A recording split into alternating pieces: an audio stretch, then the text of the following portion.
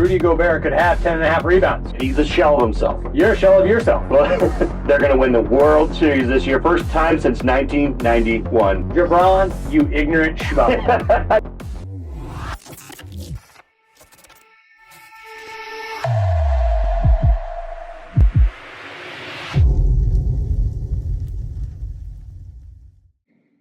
And welcome back, everybody, to WTL. Where's the Line? Nebraska's first and only sports betting show. I'm your host, Andy Klassen, joined by Jabron. The Parlay Pounder. You got it. We're back.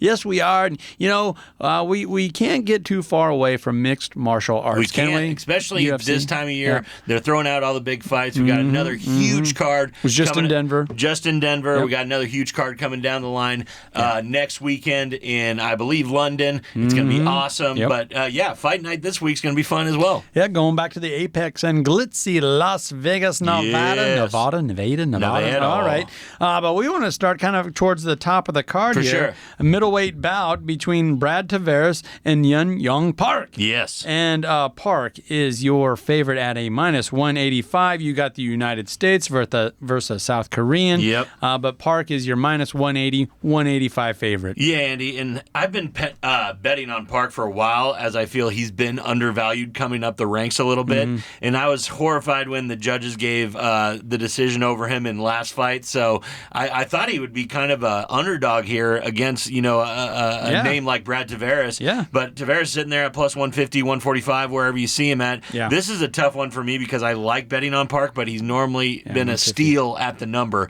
He's been a plus money bet, so but he's a big favorite here, so I hate the number. On the other hand, it's Brad Tavares who recently only wins against Chris Weidman, who is kind of, on the last leg, while losing to Dricus, Bruno Silva, and Gregory Rodriguez.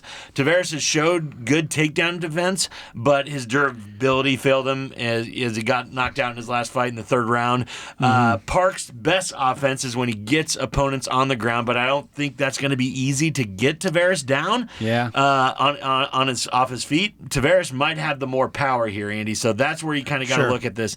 In the end, though, I do believe I can't bet on the American here. I feel bad that I can't. I just don't think he throws enough volume for anything that's going to hurt Park. So I believe he's going to be knocked out again. Really? It's not a confident play, but I believe Park should win. I'm not taking anything. Yeah. I'm not taking anything but the money line on Park because I just don't know how this is going to end. Could be knockout, could be decision, whatever you want to say, but Park should win this fight. Yeah, that money line's right there, and if you're not talking money line, you're probably looking towards by decision. Yeah. Because both these guys have lengthy average fight times. Yeah, no doubt about it. Tavares does not get knocked out a lot. And he doesn't knock many people out. Correct.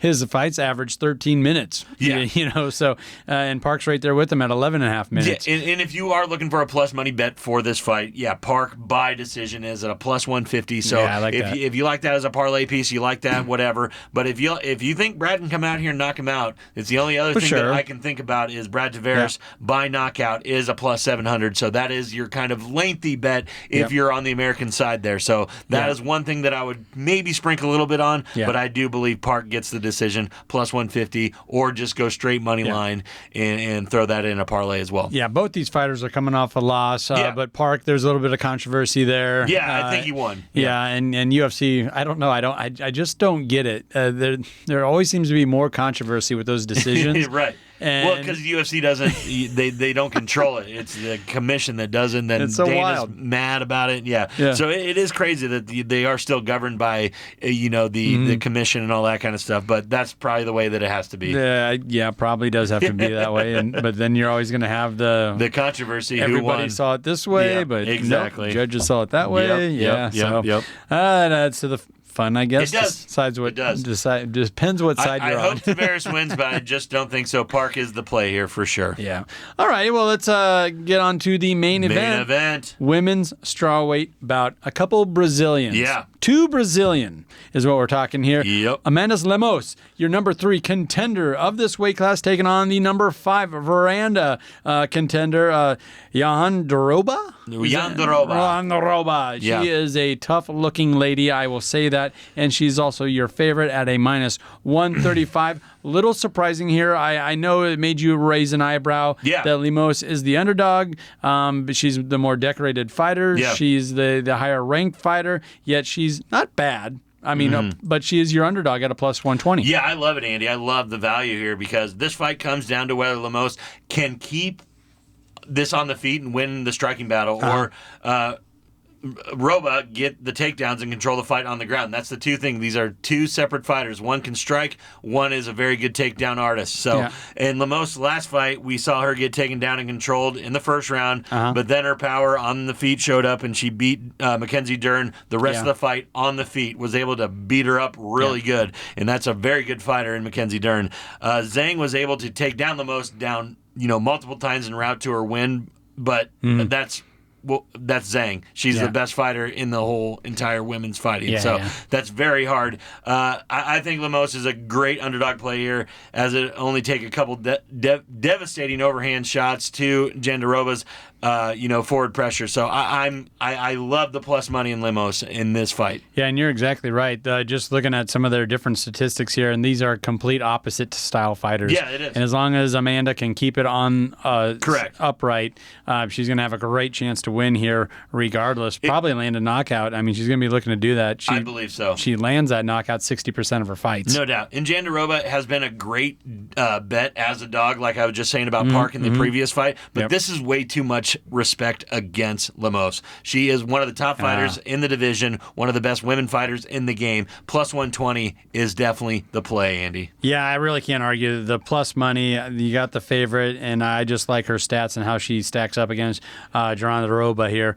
And you know, it's your headliner. It's a fight night. I get it, but we still like to see fireworks to wrap up a show. This is a key spot here for Lemos to actually land that knockout that everyone's going to be looking for. That knockout's at a plus. What do we got here? 215. 215. Yeah, there we go. And I was definitely looking at that, Andy, but it's not a lot more value. Than the plus 160 bet of just her straight up money line. So if it goes to decision, she somehow gets a submission or whatever, or it ends in a crazy way, you're still getting that value at plus 160, 110, wherever you can find it.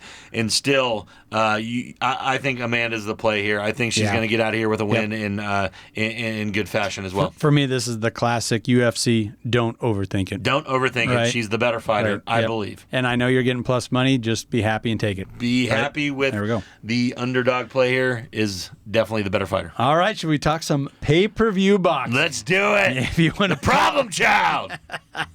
He's back. Oh boy, Jake. Well, he never went anywhere. Jake Paul is scheduled to fight July 20th. Here we go, Saturday night in Tampa, Florida. Yeah. And it's against Mike Tyson. No, not Mike Tyson. Not Iron Mike. Oh man, Mike Perry. So the pay-per-views probably dropped off a little bit here, but I'll tell you what, the more I learn about Mike Perry, the more I'm liking this under bet here. Of course, Jake Paul is your heavy favorite. I was looking at, plus 400, plus 420, depending on where you're looking at it. But give us a little rundown on Mike Perry. I know he was in the UFC, and currently he's 5-0 in bare-knuckle boxing. Andy, it's crazy. He's 33 years old, Andy, and he's had 6 years older than Jake. Exactly. His MMA career ended when he looked disinterested, overmatched in 2020, ending his career in a 1-4 skid, though Perry rejuvenated himself in the world of bare-knuckle boxing, like you just said, and I think he is no better a match for Paul than Tyson. Yeah, 60 whatever year old. Exactly. Yeah. There is a thought that the 33-year-old will do better against Paul than other MMA turned boxing foes he's conquered, mainly due to his performance in boxing like Combat League, like you just said, in the bare knuckle fighting. So the thing that I like about Perry, he has only been knocked out twice in his professional fighting career. The first happened in a boxing match against Kenneth McNeil in 2015. Then Jeff Neal stopped him in the UFC match in 2019. His charges are predictable and easy to time, which is, I think, a big reason why Jake Paul scheduled this fight. But his relentless and solid chin mean that Paul will have to really want to get a stoppage, as Perry won't stop coming at him. So I really believe the bet here, Andy, if there is a bet here, is that Jake Paul wins this by decision. It's still pretty good money at plus 250. I think that is the only bet that I will be looking at for this fight. So Perry spent 5 years in the UFC. Yeah. And had a decent enough record. Went 7-8 in his 15 really great. out. Yeah, it wasn't nothing to sneeze at there. No doubt. And then moved on over and got. And he's one of the headliners. He's getting a big fat check from the BKFC Bare Knuckle Federation Championships. Fighting Championship. Yep. So, and I just don't know. Yeah, Jake Paul. He's very meticulous how he picks who he wants to fight. Yeah. And I know he thinks he's going to piece this guy up, but this Perry dude is a little bit younger than some of these guys. Yeah. And he's been boxing a little bit now. Yeah. And Paul, he's 9-1 now? 9-1 overall. Yeah. But the only guy he lost to was a boxer. Yeah, was a boxer. And I think he's still going to fight Tyson, sometime. Think so? Yeah, I think at the end of this year, they're still trying to get it done. It's just that he has to do something in between of what's going on. But no, like I said, I think that Paul probably does win this fight. I don't think he gets the knockout. And even if you are betting Jake Paul knockout, that's a minus 125. I don't believe that that's a very good value That's bet. terrible. I think that Mike Perry might be able to go to the distance with him, get that plus 250 bet, and lock it in on Jake Paul. If you think Mike Perry can hang with him and trade shots with him, him by knockout is a plus 450 right now, which I don't. I probably like that better for a sprinkle than I do Jake Paul. No doubt. Now, Jake Paul is 9-1, and he does have 6 KOs, and I think that's what everybody's looking at. But he's K&O. He's knocking out basketball players, wrestlers. Anderson Silva, 15 years after he retired from the UFC and never boxed before. Tyron Woodley. Yeah, what are we talking about here? Grappler, Ben Askren, grappler. This guy fights in bare knuckle boxing.